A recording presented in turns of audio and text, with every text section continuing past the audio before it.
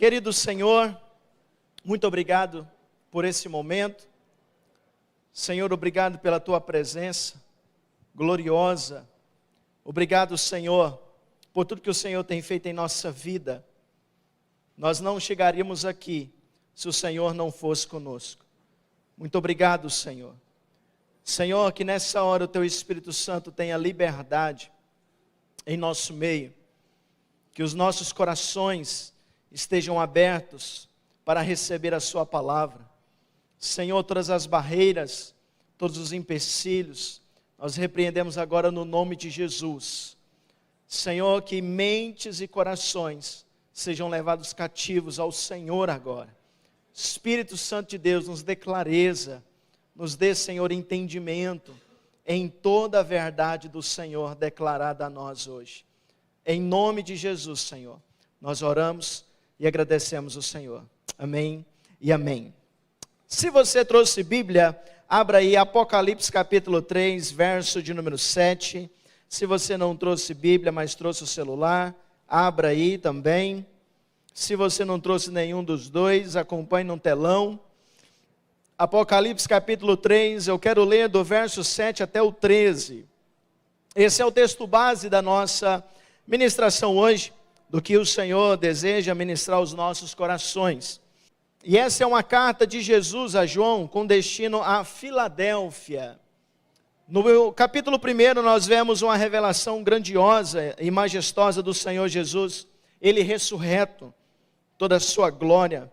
João teve o privilégio de ver isso, e depois ele começa a destinar alguma palavra, alguma mensagem direcionada a algumas igrejas específicas da Ásia. E uma delas é essa de Filadélfia, e é o que nós iremos ler agora.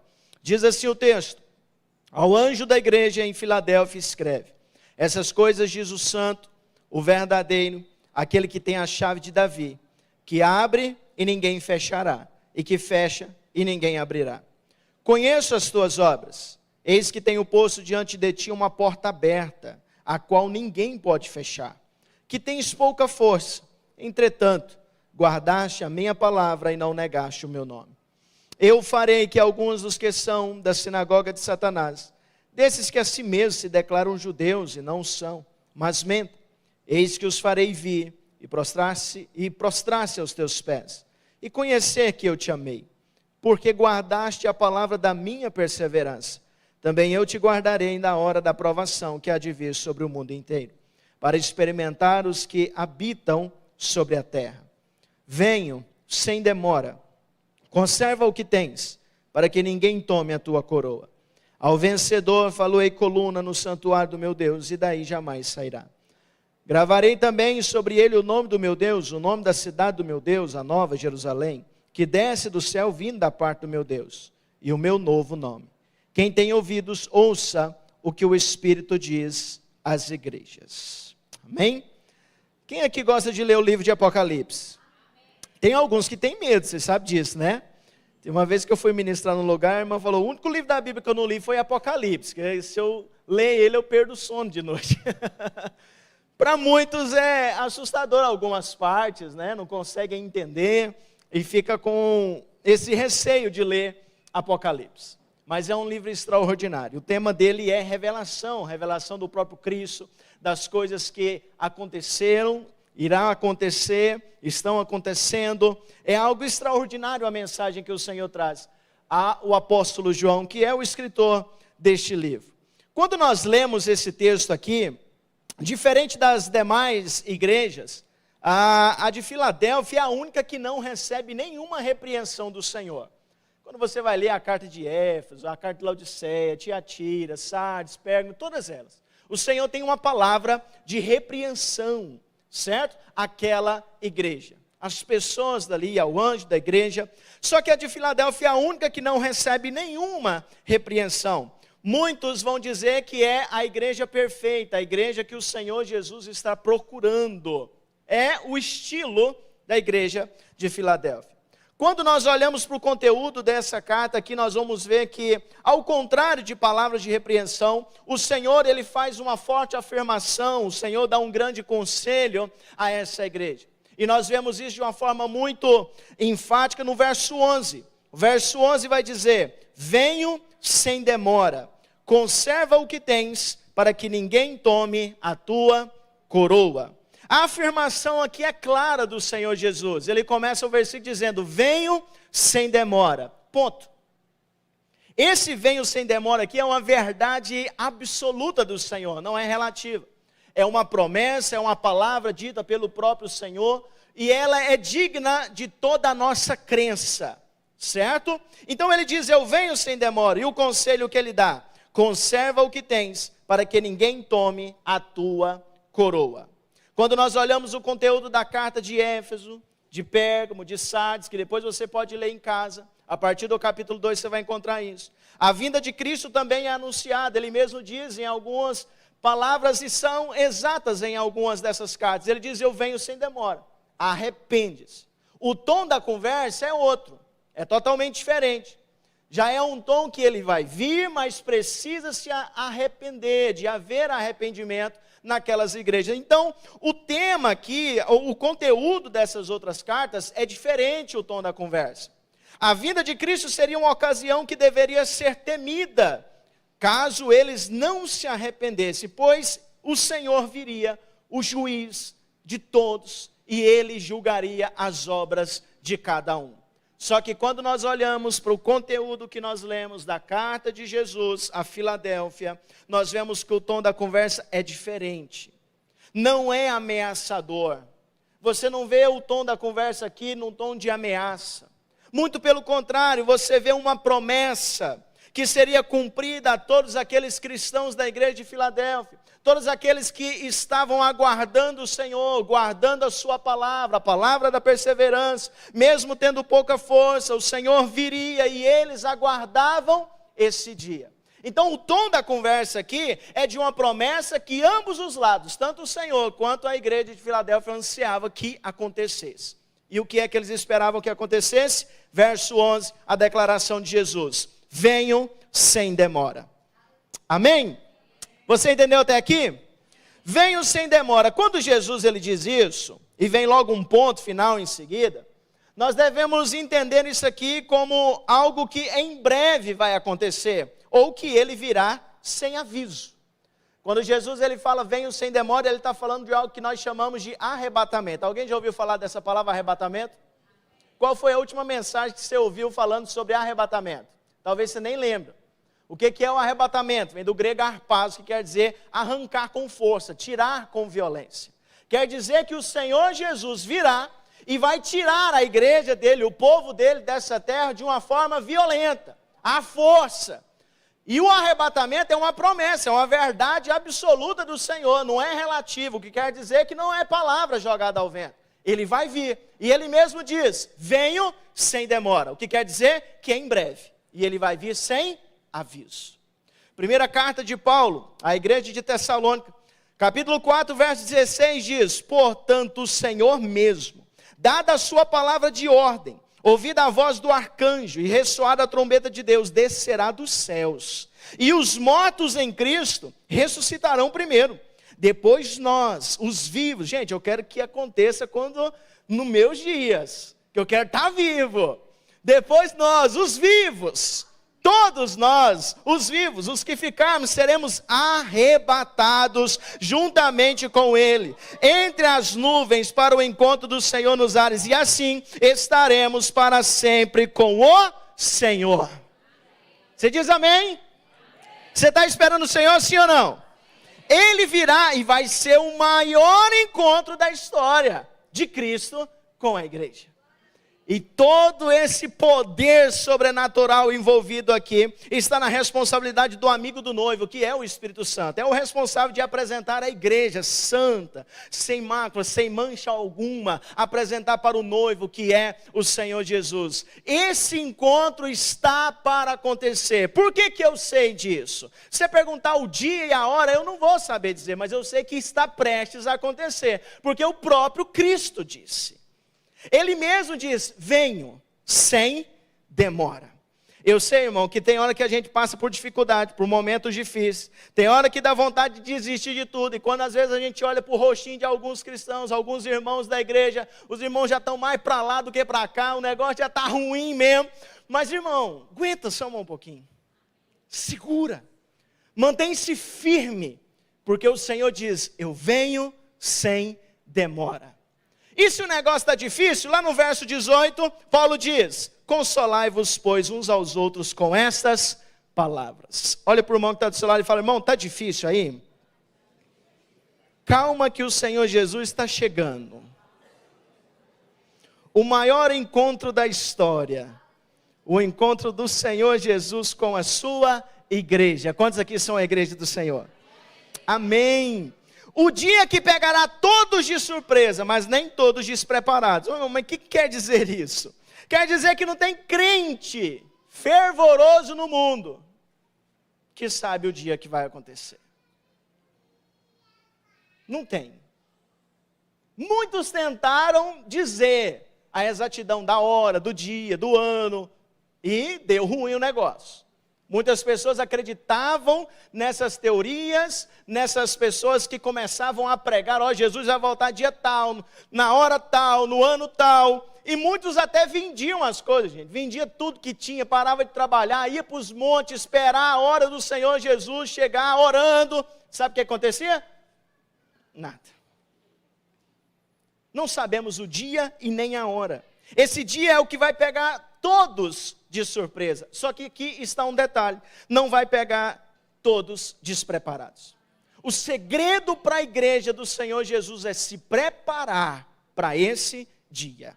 Em 1 Tessalonicenses capítulo 5, verso 4 diz, mas vós, irmãos, não estáis em trevas, para que esse dia, como ladrão, vos apanhe de surpresa. Porquanto vós todos sois filhos da luz e filhos do dia. Não, nós não somos da noite nem das trevas. Assim, pois, não durmamos como os demais. Pelo contrário, vigiemos e sejamos o quê? Sóbrios. Irmão, eu acho muito interessante toda vez que eu passo por essa parte. Não durmamos como os demais. Porque tem muito crente que gosta de dormir, principalmente na hora do culto, na hora da pregação. E eu gosto, das vezes, de soltar isso aqui, gente. Porque tem hora que os irmãos cochilam mesmo, pesca mesmo, viu? Né? Então fala para o irmão que está do seu lado, irmão, não dorme não. Principalmente na hora da pregação. Porque se dormir Jesus voltar, aí está enrolado. Não durmamos como os demais, pelo contrário, vigiemos e sejamos o quê? Sóbrios. Esse é um segredo, meu irmão. Não é saber o dia que vai acontecer, a hora que vai acontecer, mas é estar pronto para se encontrar com o Senhor Jesus. Ainda no livro de Apocalipse, João, no final do seu livro, ele ainda recebe a breve, devem acontecer. Verso 7 ele repete, eis que venho sem o quê? Demora. Bem-aventurado aquele que guarda as palavras da profecia deste livro. No verso 12 ele ainda repete de novo, eis que venho sem demora. E comigo está o galardão, que tenho para retribuir a cada um segundo as suas obras. Meus irmãos, eu fico imaginando, será que o céu não seria suficiente para nós? O que vocês acham? Nós que éramos inimigos de Deus, condenados ao inferno por causa dos nossos pecados, nós estávamos caminhando a passos largos para o inferno, condenados, inimigos de Deus, sem paz, sem esperança no mundo. Mas o Senhor Jesus, ele veio, entregou-se naquela cruz, entregando a sua própria vida, pagando com o seu próprio sangue os nossos pecados. E agora nós somos justificados através de Cristo. Nós podemos ter paz com Deus e sermos chamados de filhos de Deus novamente. Gente, e o céu nos aguarda. Uma morada está sendo preparada para todos nós como igreja. Isso não seria suficiente? Mas não.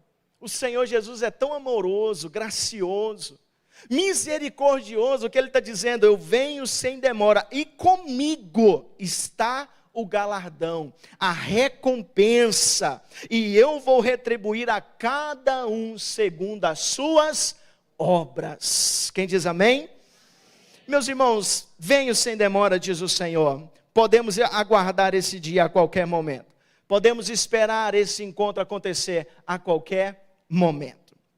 Porém, o Senhor, ele segue depois dessa afirmação, dele declarar que ele viria de uma forma que seria em breve e também seria sem aviso. Ele declara à igreja de Filadélfia no verso 11, conserva o que tens, para que ninguém tome a tua coroa. Conserva aqui quer dizer manter cuidadosamente e fielmente. O Senhor, ele dá uma declaração muito forte a essa igreja, dizendo que ele viria. O Senhor dá uma palavra muito forte a essa igreja, para que ela pudesse, de uma forma, manter cuidadosamente, de uma forma fiel algo, que ela estava guardando e preservando, porque isso iria talvez comprometer a sua coroa, a sua recompensa. Agora, quando você observa a fala de Jesus no texto que nós lemos, você vai ver algo interessante que ele destaca no texto. A forma como ele destaca que por 2 vezes, essa igreja guardou a palavra do Senhor. Quando você olha no verso de número 8, olha só o que diz: conheça as tuas obras, e eis que tenho posto diante de ti uma porta aberta, a qual ninguém pode fechar, que tens pouca força. Entretanto, guardaste a minha palavra e não negaste o meu nome. E ele destaca de uma outra vez, lá no verso 10, porque guardaste a palavra da minha perseverança, também eu te guardarei da hora da provação que há de vir sobre o mundo inteiro. Conservar quer dizer manter cuidadosamente de uma forma fiel. E o Senhor está dizendo aqui, destacando que essa igreja fazia algo diferente das outras. E qual era a diferença que ela tinha das outras? Ela guardava a palavra do Senhor. Ela guardava de uma forma cuidadosa e de uma forma fiel a palavra do Senhor Jesus. Também nós vemos que o Senhor destaca no verso de número 8, que tens pouca força, entretanto, guardaste a minha palavra.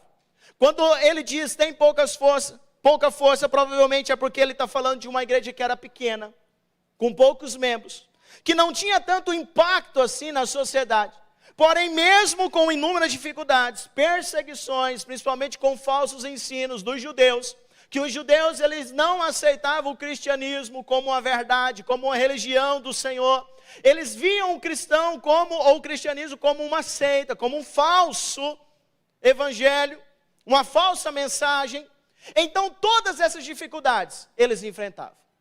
Todas essas barreiras eles enfrentavam. Porém, mesmo com essas dificuldades, eles mantiveram fiéis à palavra do Senhor Jesus.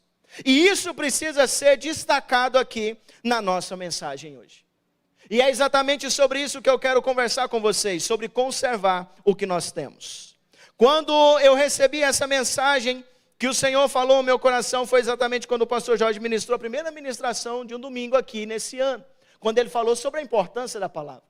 Depois veio o pastor Joab e falou sobre a importância também da fé, e como a fé também é baseada onde? Na palavra. Gente, nós precisamos entender a importância da palavra de Deus na nossa vida. E eu acredito que o Senhor tem nos chamado como igreja, tem nos chamado como cristãos, discípulos, a um amor e uma dedicação maior à sua palavra nesses dias. O Senhor, ele destaca que essa igreja guardou a sua palavra, e guardar significa atender cuidadosamente, tomar conta de algo. Quer dizer, no contexto em que a maioria das vezes essa palavra aparece, está ligada ao amor e à obediência às palavras de Jesus. E o próprio João, quando ele vai escrever as palavras do Senhor Jesus, só que agora já no seu evangelho, ele diz em João 14, 21, aquele que tem os meus mandamentos e os guarda, esse é o que me ama. E quando ele usa a palavra guardar aqui, irmão, não quer dizer guardar a Bíblia numa gaveta, guardar a Bíblia num armário, esconder ela a tal ponto que você nem consegue achar ela depois. Quem aqui sabe onde é que escondeu a Bíblia, gente? Meu Deus, tem gente que até perdeu a Bíblia dentro de casa. Nem sei se eu tenho Bíblia mais. Guarda tão bem que esquece. O Senhor diz, aquele que tem os meus mandamentos e os guarda. E esse guarda aqui significa amor à palavra do Senhor. Obediência à palavra do Senhor. atender, olhar para ela de uma forma cuidadosa e conservar ela de uma forma fiel. Olhar para ela em todos os seus detalhes e praticar todos os seus ensinos. Vamos lá, no verso de número 24 também o Senhor Jesus diz: quem não me ama, não guarda as minhas palavras. E as palavras que estáis ouvindo não é minha, mas do Pai que me enviou.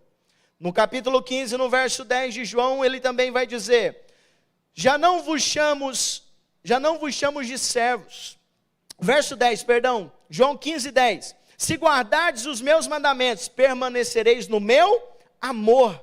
Assim como também eu tenho guardado os mandamentos de meu Pai, e no seu amor eu permaneço. O próprio Jesus deu ênfase da importância dos discípulos, nós hoje como igreja, guardarmos a sua palavra, amor a ela, olhar para ela de uma forma cuidadosa, preservar ela em nossa vida de uma forma fiel. Essa palavra que o Senhor traz à igreja de Filadélfia, venho sem demora, é para nós hoje, é para você hoje. Venho sem demora, ponto. Conserva o que tens, para que ninguém tome a tua coroa. Assim como a igreja de Filadélfia, mesmo você passando por extremas dificuldades, muitas vezes até impossibilidades, você tem guardado a palavra do Senhor, assim como eles fizeram.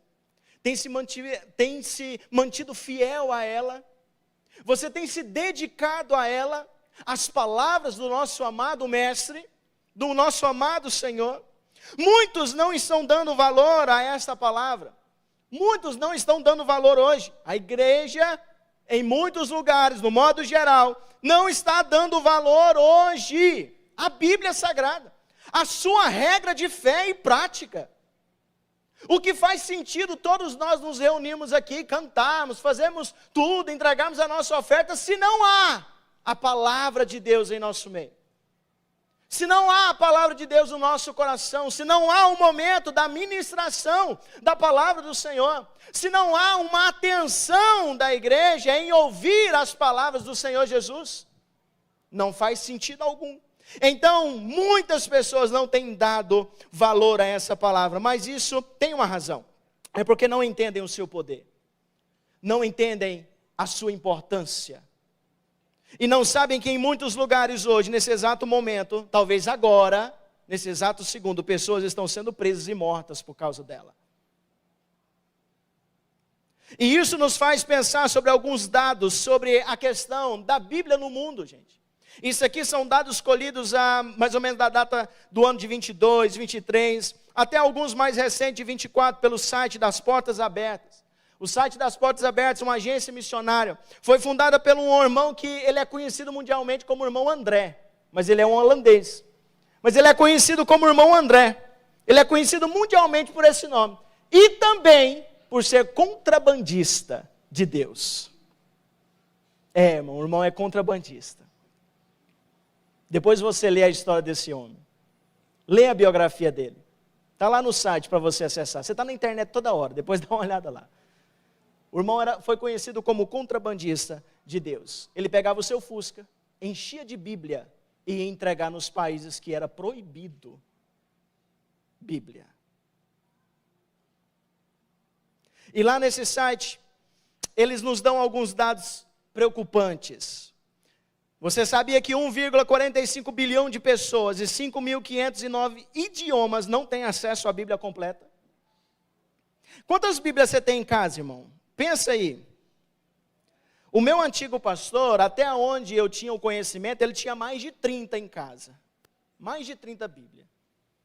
Parece que todo ano, a primeiro presente chega no aniversário do pastor, a primeira coisa que vem na cabeça da igreja é o que nós vai dar para o pastor?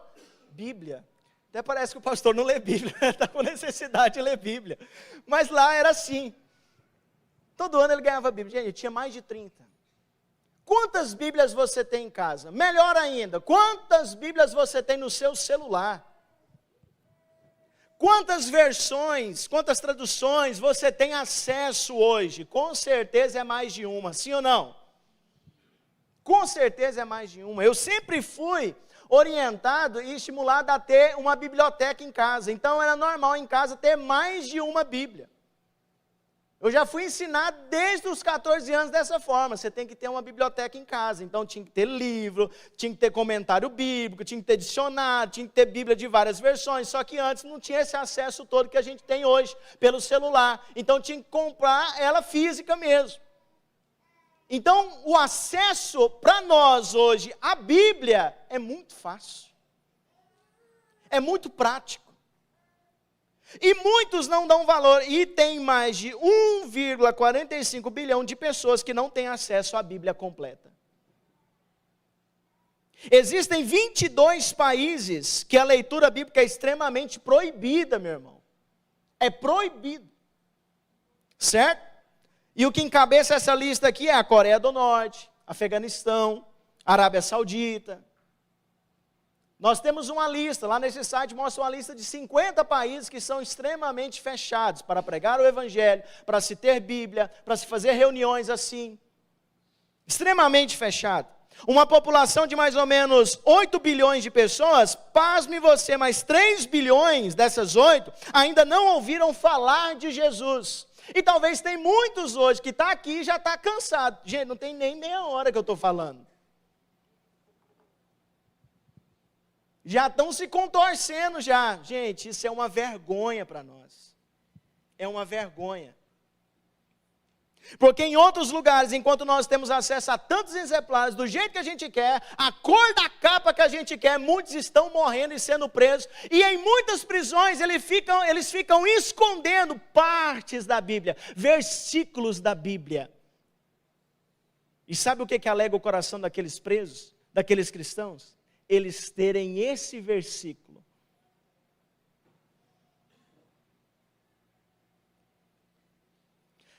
Na Arábia Saudita a perseguição é tão extrema que quando alguém opta por Jesus, fazem de forma discreta, secreta. Às vezes esse segredo chega a um ponto tão extremo que eles não compartilham nem para o seu cônjuge, nem para os seus filhos. De tão fechado que é. De tão proibido que é. E olha que a Arábia Saudita só está em 12º na lista de países mais fechados.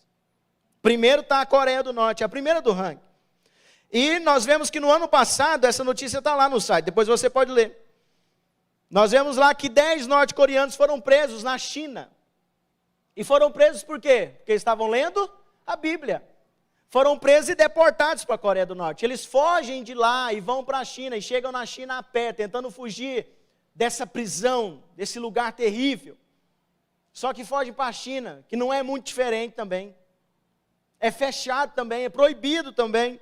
Eles foram presos, só que antes deles chegarem em uma prisão para aquelas pessoas que ofendem as autoridades, presos políticos e são forçados a trabalhos, extremamente forçados a trabalhos excessivos.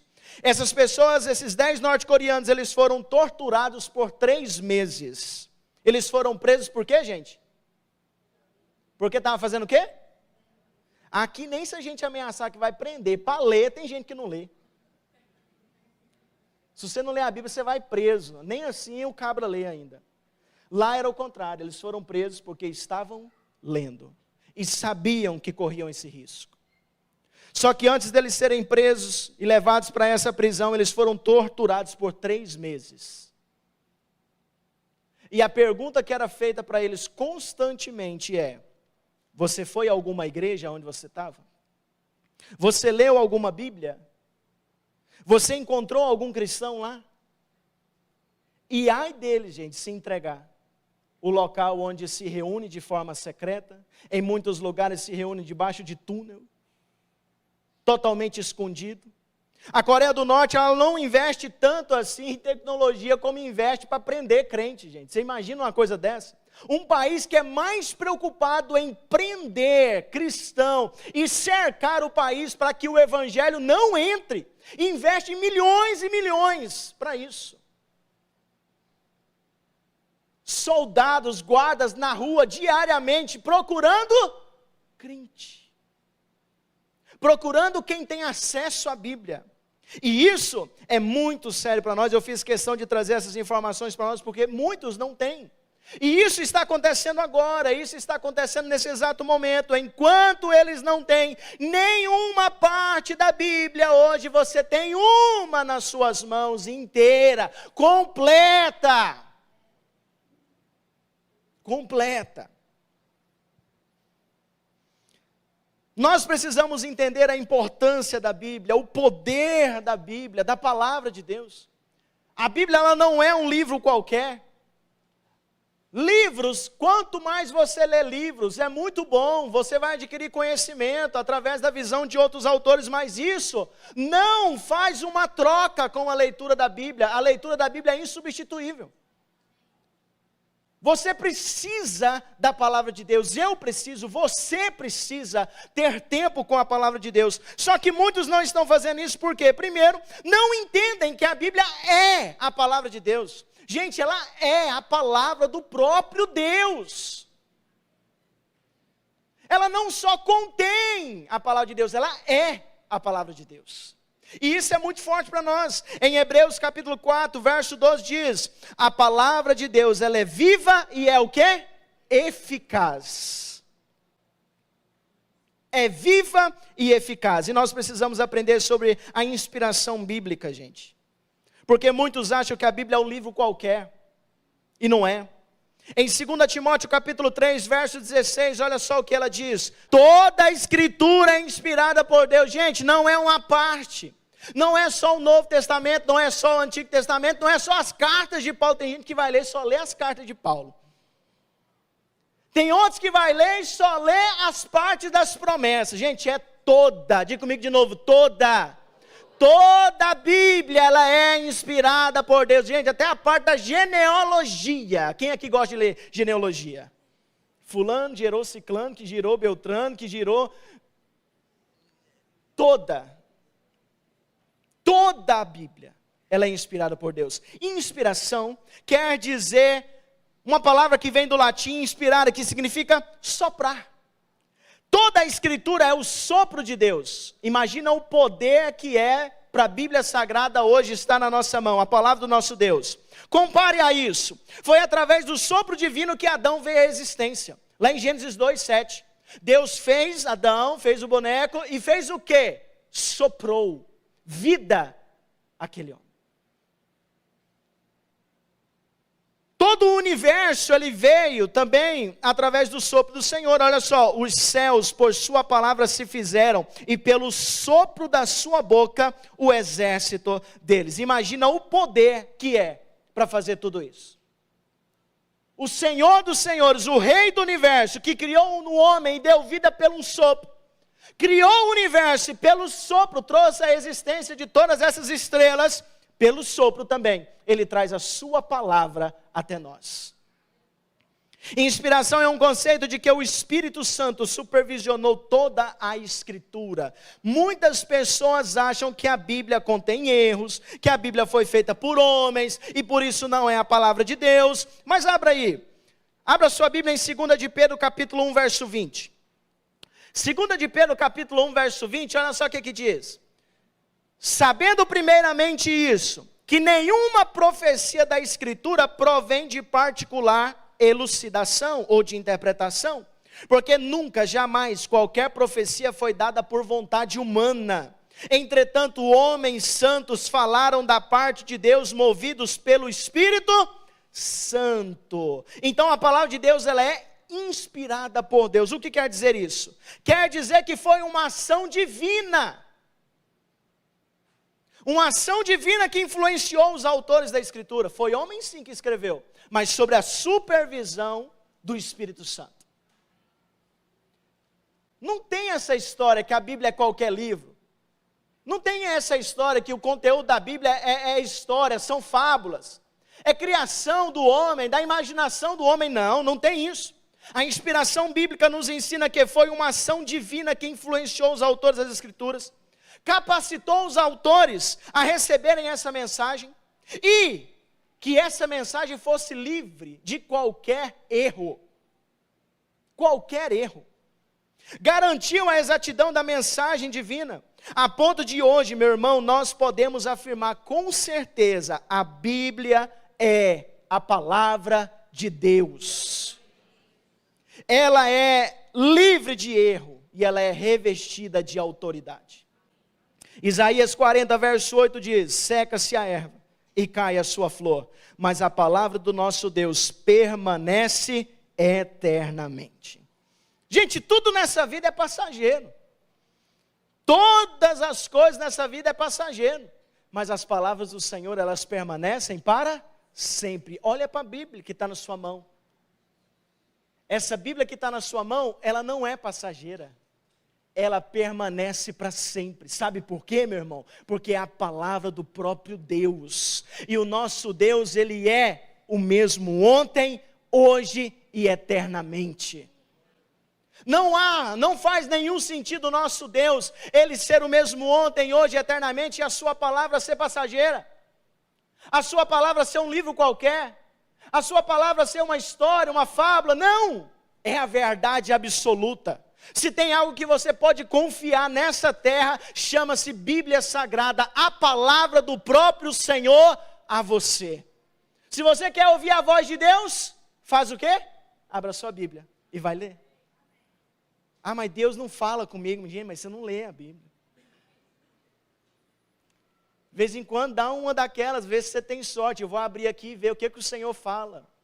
Mas cuidado com o resultado. Mas pelo amor de Deus, de alguma forma, leia a sua Bíblia. Esse é o clamor do Senhor para nós hoje, crente, que ama ao Senhor, ama também a sua palavra. Nós também precisamos entender sobre a infalibilidade da Bíblia. Quer dizer o quê? Que é a crença de que a Bíblia é infalível e não contém erros. Gente, a Bíblia tem quantos livros? Não erra não. Quantos livros tem a Bíblia? 66 livros, meu irmão. 39 livros no Antigo Testamento. 6 livros no Novo e 21 cartas. Totalizando em quanto? 66 livros no total. Meu irmão, agora você me diz, irmão, nenhum desses livros contradiz um ao outro. A Bíblia foi escrita por mais ou menos 40 autores. Em um período, desde quando iniciou a sua escrita até o final, de mais ou menos 1500, 1600 anos. Autores que são reis, pescadores, profetas, sacerdotes, cada um com um grau de escolaridade diferente, profissão diferente, cultura diferente, situações e momentos da vida diferentes, mas todos eles falam de uma coisa só, de um assunto só, de Gênesis e Apocalipse. O assunto principal da Bíblia é quem? Cristo Jesus. No Antigo Testamento diz o quê? Que o Cordeiro ele virá. No Novo Testamento diz o quê? O Cordeiro está aqui. E Apocalipse termina dizendo: o Cordeiro vai voltar. O assunto principal de toda a Bíblia é Jesus, o Cordeiro de Deus, que nos ama, morreu na cruz por nós. Mostra e demonstra o seu amor, esgotando todo o seu sangue naquele madeiro. Mas deixa eu dizer uma coisa. A Bíblia, com todo esse conteúdo, não há nenhuma contradição. Nenhum versículo se contradiz um ao outro, meu irmão. Meu irmão, são 31.173 versículos. 1.189 capítulos, irmão, e nada, nenhum deles se contradiz. Diz para mim se essa palavra não é inspirada por Deus. Tinha tudo para dar errado esse negócio. Vamos fazer um teste simples. Eu vou entregar um papel aqui para vocês, e cada um de vocês vai escrever para mim sobre amor. Aqui, nesse exato momento, se a gente escrever sobre o mesmo assunto, o mesmo tempo, vai sair pensamentos e contradições. Agora imagina esses homens escrevendo, num período mais ou menos de 1.600 anos, quando começou Moisés a escrever e João a finalizar. Meu irmão, nenhuma contradição. A Bíblia, ela é livre de erros, ela contém uma autoridade absoluta. A Bíblia, ela é tão poderosa que quando você está lendo ela, quem aqui já teve essa experiência? Com certeza já teve. Quando você está lendo ela, você não imagina que o autor que escreveu que está falando com você. Quando você está lendo a Bíblia, você está imaginando quem que está falando com você? Deus. Olha que ação poderosa, sobrenatural. Mas quem escreveu Gênesis foi Moisés. Não, mas é o próprio Deus que está falando comigo. Quem escreveu o Evangelho de Mateus foi quem? Não é possível, gente. Acabei de falar. Quem escreveu o Evangelho de Mateus? Me ajuda aí, né? Mateus. Mas quando você lê, você imagina que é quem está falando com você. Você sente que é quem que está falando com você. É o próprio Deus, porque é o único livro que você lê que o autor está presente. Ele está ali com você, te amando, te ensinando, te revelando. É o único. Nenhum livro você vai comprar, a não ser que for o Joab, aí você vem ler junto com ele aqui na igreja. Aí ele vai estar presente, mas não, aonde você estiver, o lugar que você estiver, a hora que você estiver, na situação que você estiver, se abriu a Bíblia, o Senhor está lá. Toda a Escritura ela é inspirada por Deus, e ela é digna da nossa confiança, da nossa aceitação. 1 Timóteo capítulo 1, verso 15 diz, fiel é a palavra e digna de toda aceitação. Mateus capítulo 24, verso 35 diz, passará o céu e a terra, porém as minhas palavras não passarão.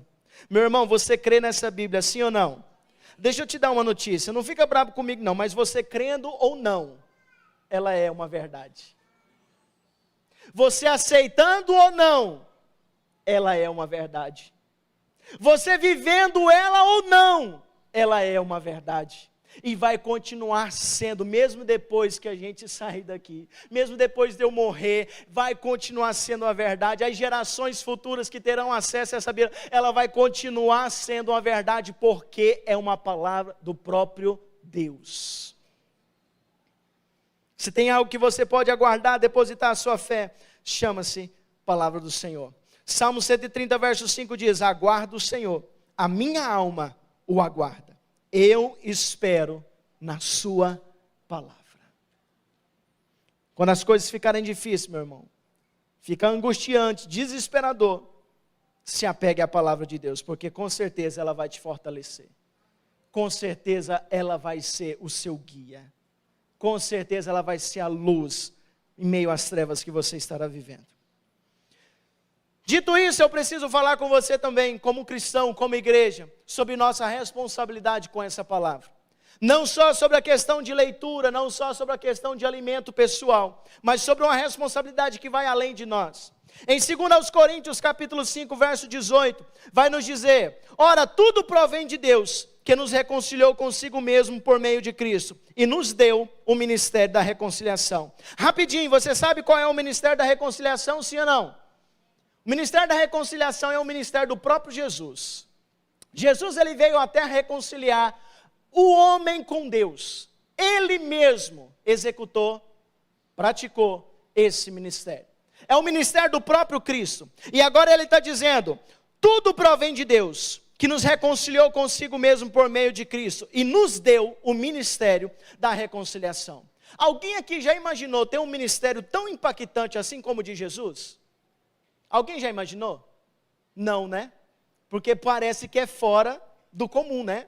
Imagina, você fazer coisas maiores do que a de Jesus. Talvez muitos sem conhecimento podem até dizer, esse irmão já está começando com as heresias, né?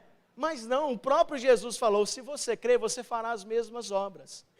Se você crer, você poderá fazer maiores do que essas. Por quê? Porque Jesus ele viveu aqui e praticou esse ministério, exerceu esse ministério por 3 anos e meio. Agora nós, como igreja, somos a continuidade desse ministério. Esse ministério agora está sob nossa responsabilidade, ele entregou nas nossas mãos. Então o ministério que você tem, que às vezes você fala, é o meu ministério, olha lá, esse ministério não é seu, esse ministério é do Senhor Jesus. Então precisamos atentar a isso. Além desse ministério, ele também nos deu algo também. Verso 19 diz, a saber que Deus estava em Cristo, reconciliando consigo o mundo, não imputando aos homens as suas transgressões, e nos confiou a palavra da reconciliação. Jesus não só deixou o Espírito Santo aqui com a gente, não só nos capacitou, dando autoridade, dando a unção para que a gente pudesse orar pelos enfermos, expulsar os demônios, mas ainda mais, para exercer esse ministério e dar continuidade a esse ministério, Ele nos confiou a sua própria palavra. Imagina, meu irmão, o escritor dos Hebreus vai dizer, sustentando todas as coisas pela palavra do seu poder. Essa palavra que hoje o Senhor confiou nas nossas mãos, é o que Deus tem como sustento de todo o universo. Ele sustenta todas as coisas pelo poder da sua palavra. Agora, essa palavra hoje, ela está nas mãos de quem? Diga, nas minhas. E eu gosto muito dessa tradução árabe, que ela usa a palavra confiou. Ele nos confiou a sua palavra. Quem aqui tem o nome sujo, porque os outros sujou, sabe o que eu estou falando. É difícil confiar, né, gente? Imagina só, irmão, me empresta o cartão de crédito. Né? O que aconteceu com o seu? Está sujo. Aí você fica, e agora, eu empresto ou não empresto? Vai sujar o meu nome ou não vai? Gente, é a mesma coisa. O Senhor, Ele entregou a própria palavra dEle para você. A situação é tão séria aqui da representação, porque no verso 20 ele diz, de sorte que nós somos o quê? Embaixadores, em nome de Cristo. Como se Deus exortasse ou falasse por nosso intermédio. Quer dizer o quê? Que quando você fala, quando você abre a sua boca, é quem que está falando? O próprio Senhor. O próprio Senhor. Por isso que Paulo, ele dá uma declaração muito forte, um conselho muito sábio. Ele diz, toma cuidado com o que você fala. Tudo que sair da sua boca tem que servir para edificação. Porque nós somos representantes do Senhor. Embaixador é aquele que representa seu país em outro. Nós não somos daqui. Essa verdade precisa ser declarada hoje. A nossa vida, nós não somos daqui. Nós somos do céu. E o Senhor virá nos buscar. Agora, o que você está fazendo aqui? Representando o Senhor aqui nessa terra. E quando você abre a sua boca, é as palavras dele que devem fluir dos seus lábios. Essa é a nossa responsabilidade para com essa palavra. Ele nos confiou essa palavra a nós. Irmão, agora imagina. Antes nós éramos inimigos dele. Nós éramos condenados ao inferno. Mas agora o Senhor já diz, eu confio a você a minha palavra. Gente, imagina isso. Imagina isso. 2 Timóteo capítulo 2, verso 15 diz, procura apresentar-te a Deus aprovado, como obreiro que não tem de que se envergonhar e que maneja bem a palavra da verdade. Como é que nós devemos nos apresentar diante de Deus, meus irmãos? Aprovado. Diga comigo, aprovado.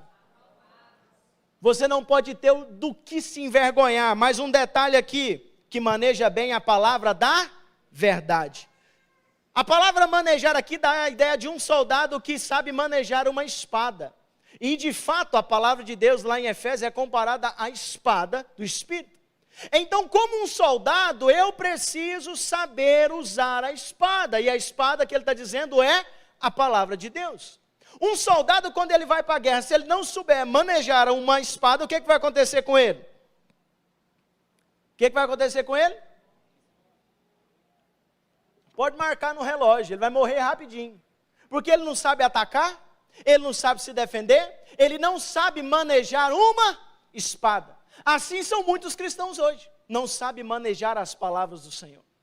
Não sabe atacar, não sabe se defender, não sabe utilizar de forma correta a Bíblia Sagrada. Agora você me pergunta, meu irmão, no que é importante saber manejar a Bíblia Sagrada? Irmão, nós estamos rodeados de falsas crenças, falsos ensinos.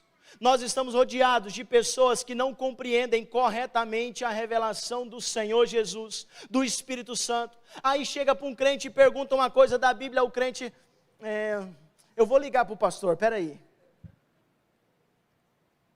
Não sabe manejar a palavra, algo que o Senhor confiou para ele, e é parte nossa, como igreja, como discípulos do Senhor, está na nossa responsabilidade, propagar, ensinar essa verdade, assim como o Senhor Jesus deixou a nós, deixou na nossa mão. Agora, se eu não estudo essa palavra, se eu não leio essa palavra, se eu não examino essa palavra, como é que eu vou ensinar alguém as palavras do Senhor? É isso que o apóstolo Paulo está dizendo, procura apresentar-te a Deus aprovado. Como obreiro, não só uma questão de liderança, que é muito importante também, não só numa questão de liderança, mas obreiro como servo, discípulo do Senhor, maneje bem a palavra do Senhor. Saiba falar do amor de Jesus, saiba falar do céu, saiba falar da volta de Jesus, saiba falar que é pecado, saiba falar que aquilo não é meia conversa, é pecado. Saiba falar e guiar as pessoas dentro de um compromisso santo com o Senhor. Saiba falar de Jesus às pessoas. Agora, meu irmão, isso não é dever do pregador apenas, não é dever só do pastor, só do líder de célula, é dever de todo cristão. Diga comigo, isso é dever de todo cristão. Tem gente que fica assim, eu não quero ser líder de célula, que é muita responsabilidade. Gente, responsabilidade é ser crente. Gente, ser crente que é um negócio de responsabilidade. Ser discípulo de Jesus que é um negócio de responsabilidade. Ser líder de célula, anfitrião, auxiliar, isso aí é bônus. É bônus. O negócio é ser crente, discípulo de Jesus. Amém? Quantos discípulos de Jesus nós temos aqui? Amém. Aleluia. Nós precisamos seguir a orientação do apóstolo Paulo. Colossenses capítulo 3, verso 16. Habite ricamente em vós o Instagram. Na minha Bíblia não está assim não. Habite ricamente em vós. O que mais aí, gente? O que anda bombando na internet? TikTok. Tem gente que se tirar o TikTok dele, não dá até AVC na pessoa. A gente fica olhando isso para as crianças, gente. Quando a gente fala assim para as meninas, para minhas duas filhas assim, elas ficam querendo assistir desenho no telefone. Quando a gente fala, pode, gente, parece que ganhou na loteria. Pode. Nossa, como é que atrai desse tanto, gente? Como é que pode? Habite ricamente em vós a palavra de quem? De Cristo. Habitar ricamente quer dizer de forma abundante. E o Senhor, quando fala pelo apóstolo Paulo, que as palavras do Senhor Jesus devem habitar em nós de uma forma tão rica e abundante, traz a ideia de algo tão cheio, a ponto de transbordar. Meu irmão, não economiza na leitura da Bíblia, meu irmão. Tem hora que a gente começa a ler a Bíblia e já fica olhando o relógio, não leu nenhum versículo direito, já está ali dando agonia. Não economiza na leitura da Bíblia, meu irmão, no estudo. Não economiza dinheiro para comprar Bíblia, irmão. Se você não tem Bíblia de papel, vai lá na livraria, gasta 100, 200 reais, compra aquela Bíblia maravilhosa. Eu gosto de pegar minha Bíblia e cheirar assim, ó. Gente, aquele cheiro é bom demais. Leia a Bíblia, não fica economizando tempo. Usa esse tempo. Invista esse tempo, de forma que você vai chegar a um ponto de estar tão cheio que você vai transbordar das palavras do Senhor Jesus. Quer dizer que as pessoas que estão ao seu redor vão começar a ver e a experimentar essa vida que está brotando de você. Assim só que a palavra de Deus será capaz de nos influenciar. Nós precisamos permitir que essas palavras entrem em nossa vida, nossa mente, nosso coração. E assim ela nos molde. Ela vai moldar nossos pensamentos, nossas ações e os nossos relacionamentos. A palavra de Deus, ela bate, gente. Eu acho que é por isso que tem muita gente que não gosta de ler. A Bíblia bate. Em 2 Timóteo 3,16 diz, toda a escritura é inspirada por Deus. E ela é útil para o ensino, repreensão e correção, para nos educar na justiça. E para que ela faz isso? A fim de que o homem de Deus seja perfeito e perfeitamente habilitado para toda boa obra. Então, meu irmão, você vai começar a ler a Bíblia? Diga amém, igreja. Você vai continuar lendo a Bíblia com uma maneira mais intensa e mais amorosa? Diga amém, igreja. Ela vai bater, meu irmão. Vai doer. Porque ela vai te corrigir, ela vai te educar. Ela vai falar onde você está errado. Gente, é a mesma coisa de Deus apontar o dedo na sua cara e fala, toma vergonha, está errado. É isso que a Bíblia vai fazer. Mas não fecha seu coração, não. Continua com ele aberto. Receba o ensino do Senhor. Receba a instrução do Senhor. Receba a correção do Senhor. Porque tudo que o Senhor quer é que você esteja perfeito. habilitado para a boa obra. É como um vaso na mão do oleiro, meu irmão. O Senhor vai trabalhando o vaso, o oleiro vai trabalhando o vaso, e moldando na maneira que Ele quer. O problema é que tem gente que está aqui, e é tão orgulhoso e soberbo, que acha que é o oleiro. Não, quem manda minha vida sou eu. Ô, meu irmão, não faz isso. Pensa num erro você falar uma coisa dessa. Nós somos barro. Diga comigo, barro. Bate no peito e fala, eu sou barro. É isso, meu irmão, você é barro. O oleiro é ele, não tem poder o barro sobre o oleiro, muito pelo contrário. O oleiro é que tem poder sobre o barro, e assim molda ele como ele quer. Como ele quer, de jeito que ele quer, na vontade dele, na forma que ele quiser. A minha oração para o Senhor é, Senhor, eu sou barro na sua mão, faz o que o Senhor quiser, molda do jeito que o Senhor quiser, meu irmão, e vai doer, vai ter momento que você vai querer entrar em desespero, você vai falar, Senhor, está doendo, eu não estou entendendo, mas meu irmão, aguenta, confia, porque Ele é o oleiro, Ele sabe o que Ele está fazendo, Ele sabe o que Ele está fazendo. Eu fico olhando o relato do centurião. O centurião era um oficial romano e ele tinha 100 soldados ao seu comando. E ele estava com um criado em casa. E esse criado já estava enfermo, paralítico, moribundo, acamado. E ele corre até Jesus. E ao correr até Jesus, ele relata toda a situação para Jesus. E Jesus diz, eu vou lá curá-lo. Gente, é tudo que nós queremos ouvir, sim ou não? Quando a gente fala algo para Jesus, entrega alguma demanda para Jesus, faz uma oração urgente para Jesus, tudo que a gente quer ouvir, eu vou fazer. E tem hora que a gente escuta, é um belo não, não é agora. Ô, meu irmão, a hora que a gente recebe esse não é bom, viu? Dói tudo. Mas o centurião não, Jesus falou, eu vou lá, eu vou curá-lo. O centurião vira para Jesus e fala, eu não sou digno que o Senhor entre na minha casa. Manda somente uma palavra, e o meu servo, onde ele está, ele vai ser curado. Meu irmão, nós precisamos chegar nesse nível, de que uma palavra do Senhor é suficiente para nós. O Senhor não precisa ficar trabalhando todos os dias para te convencer, para me convencer a crer nele. Não, uma palavra dele só basta. Para alguns só foi uma palavra mesmo. Ele disse para alguns, vem e segue-me. Pronto. Virou as costas e foi embora. Tudo que nós precisamos é suficiente para nós. As palavras do Senhor. Ele não precisa nos entregar mais nada. Tudo que nós precisamos já está aqui, é suficiente. É as suas palavras. E as suas palavras são vida. Um homem que tem autoridade, esse centurião tinha homens debaixo do seu comando, ele reconhecia o poder de uma ordem dada.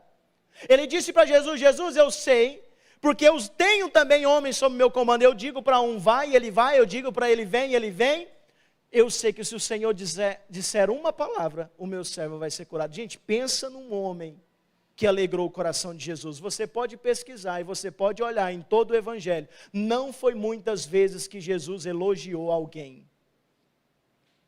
Não foi.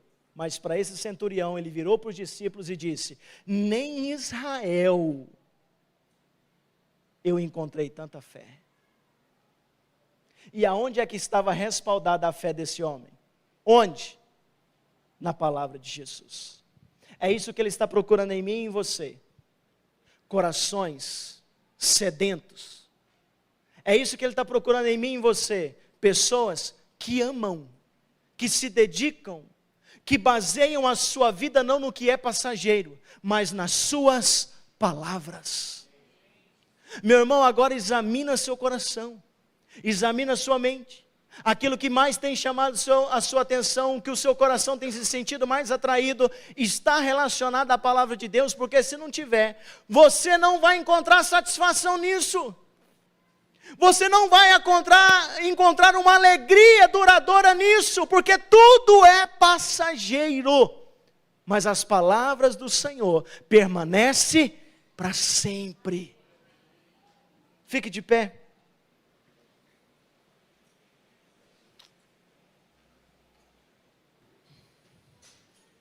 Feche os seus olhos nessa hora.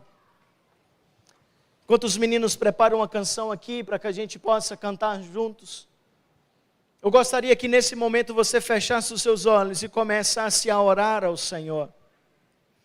Tudo aquilo que você ouviu, todas essas palavras que foram direcionadas a você, essas palavras elas não são minhas, essas palavras não são palavras jogadas ao vento, essas palavras são do próprio Senhor a você.